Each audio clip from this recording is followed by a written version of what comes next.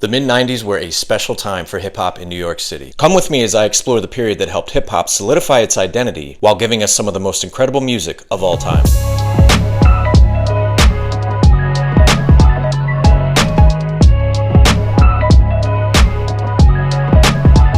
I love talking about 90s hip-hop. It's probably my favorite era in music history. And during that time, hip-hop was flourishing in its birthplace, New York City. There was a certain sound, there was a certain vibe that led to an absolute explosion of artists and some of the most critically acclaimed hip-hop to ever see the light of day. There was a mass concentration of artists emerging with a particularly aggressive sound, and there were vulgar, realistic lyrics that hadn't really existed to that point in hip-hop before, which sort of served as a form of street journalism. This was the time where artists like Nas, Notorious B.I.g, Mobb Deep, Wu-Tang Clan, and Big L all emerged. Many have dubbed this period the 90s East Coast hip-hop renaissance. It was this very active next wave of artists after hip-hop's golden age in the late 80s and very early 90s, most of which were from New York City and surrounding areas. But what led to this? Why did New York and the East Coast have to have a renaissance in the first place? Was there a lull? Was there a dip in quality at some point? The answer is a little bit complicated, and to get to the root of it, we need to go back in time and kind of see how things got to where they were in hip-hop by the early 90s. Hip-hop was born all the way back in 1973, 20 years earlier, in the basement of 1520 Sedgwick Avenue in the Bronx. A back-to-school party was thrown by the tenants of the building, and DJ Kool hooked up his speaker system and turntable, while his friend Coke LaRock decided to rhyme over these DIY beats that Kool